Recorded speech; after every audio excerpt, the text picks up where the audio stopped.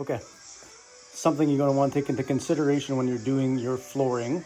You want a 1/4 inch gap around the perimeters wherever it's touching drywall. It shouldn't be touching drywall.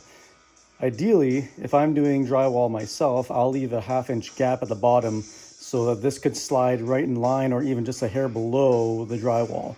The reason being for me is that the new baseboards that they're coming out with is usually only about 3/8 thick, and they did that to cut down on cost because it used to be a 1/2 inch thick, which left you plenty of coverage if there was any issue where the wall waved a little bit in and out.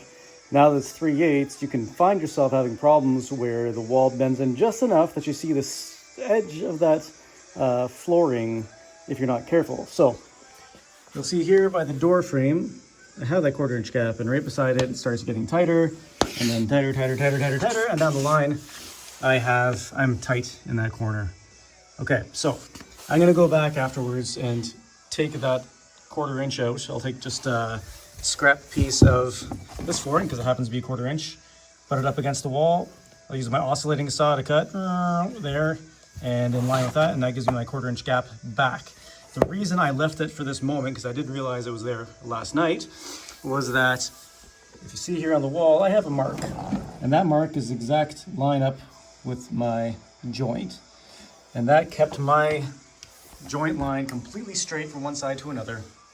So when I have my laser line on it, it is perfectly straight.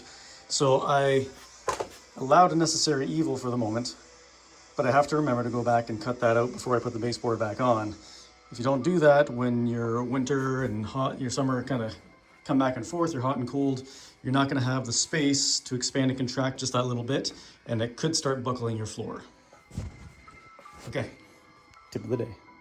Sweet.